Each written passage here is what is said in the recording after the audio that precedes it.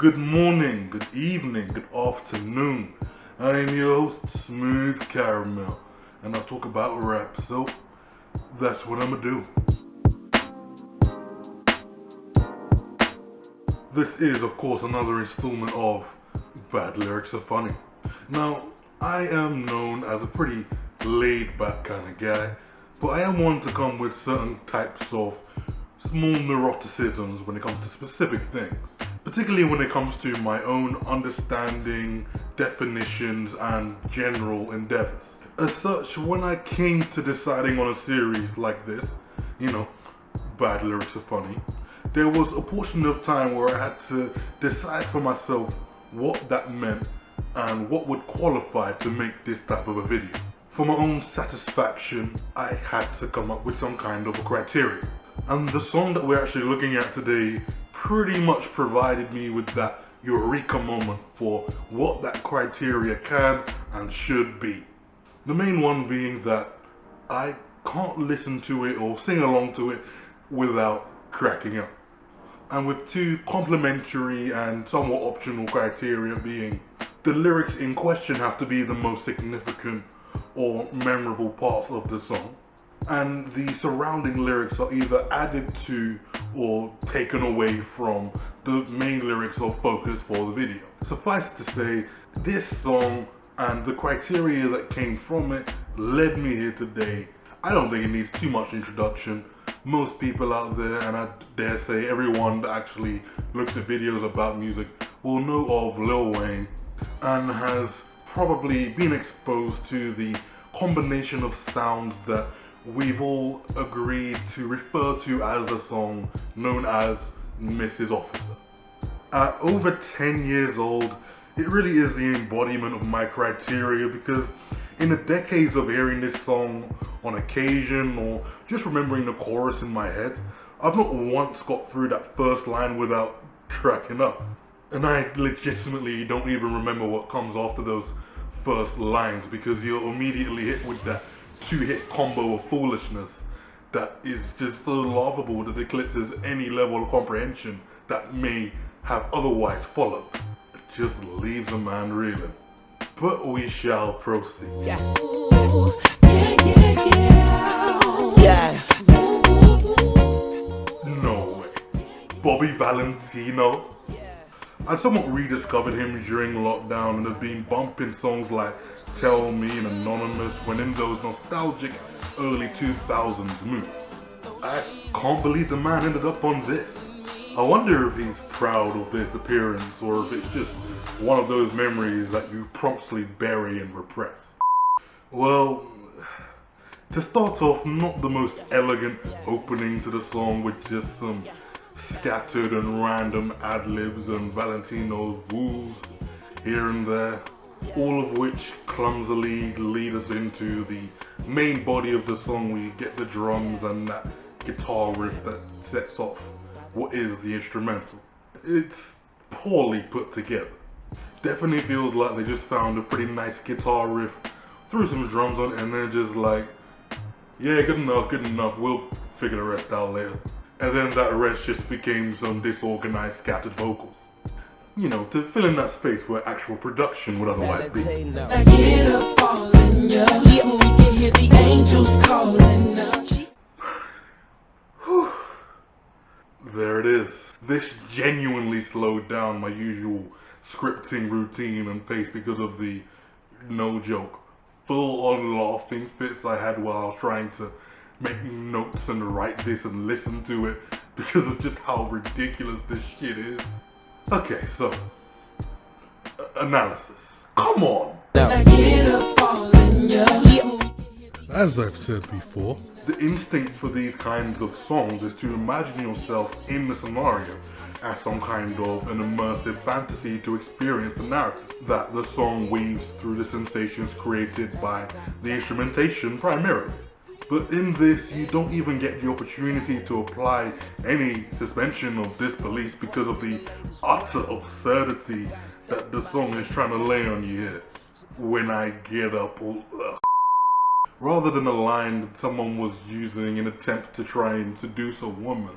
Well, that alone just sounds strange. It sounds more like the answer to one of those Facebook meme or text posts that says something like, how to cock block yourself in 7 words. Or what could you say to a pie that kind of sounds like a come up.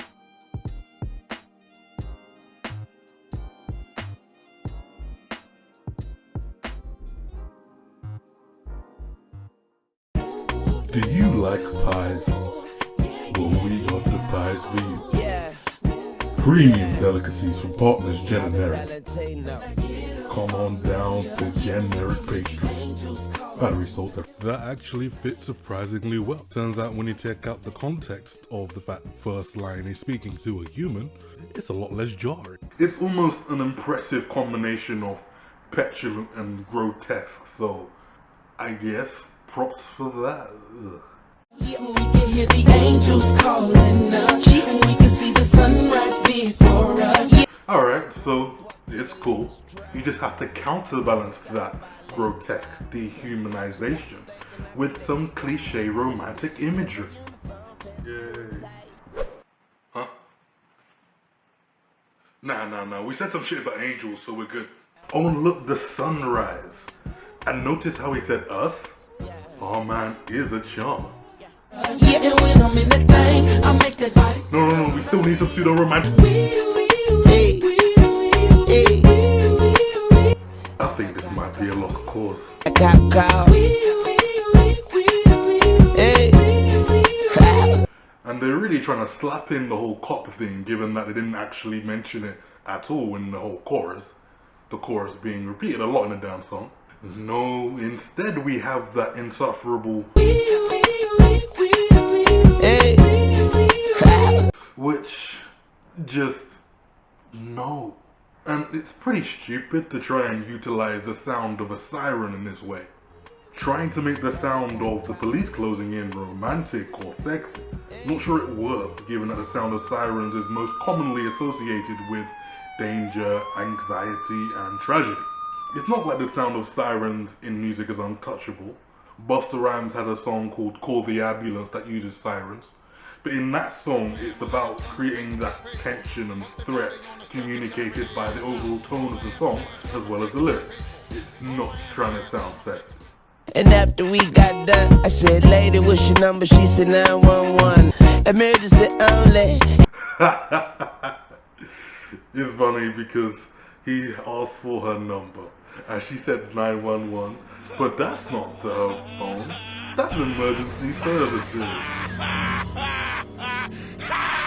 And wait, does that mean that she finds him so repulsive that the number she gave him was, you know, to the police and not her phone? And emergency only. Damn. Head doctor perform surgery on me. Maybe a secret or unconscious cry for help here in this obvious, lazy, and unrelated double entendre. Police aren't ambulances if you didn't know. Or maybe he's just on trial at this point after harassing a police officer and has chosen to take the insanity plea. I could believe that. At least more than the conceit of this song, which would be that the actual human woman was actually charmed by the lyrics in this chorus. Which, in case if you've forgotten, are when I get up all in ya. I really don't think it necessary to go over any more lyrically. I know there's plenty of reviews and whatnot of this song done in the past, and when it comes to the writing, it's all pretty much the same. Most of it will be either clumsy, random, stupid, basic, or some combination of all of those things. Not too much that's actually of note. It is, for the most part, poorly written. I know. Shocking. Basically, this song is essentially that one B plot on How I Met Your Mother, where Barney basically tells people that he pulled a police officer when he got pulled up for a speeding ticket, when in fact he got arrested. Get out of the car. Why am I under arrest? No, but you're about to be under me. He was lying. But even the plot of that episode beats. When I get up all in ya. Oh, you didn't need to hear it that many times? Well, I did, because I had to listen to it and analyze it. And I don't want to be alone in all of that, so now you get to share my pain. This world shall know pain. The only good thing about that song is really the guitar riff. It has a kind of upbeat feel to it, some summery vibes, but I mean, even in its application, it's so poorly produced that you can't even really say that it holds up to any degree whatsoever, let alone makes up for all of, you know, the rest. I wouldn't be surprised if this song came about because Wayne one day got pulled over by a police officer. He found her attractive. This reminded him that police women exist. She got me thinking I could date a cop. And therefore he might like to have sex with them. And then slap together a shitty song about it to fill album space. Now, on to a time when I have once again forgotten almost everything about this song other than that stupidly hilarious chorus. Inner peace. This has been a Smooth Caramel production.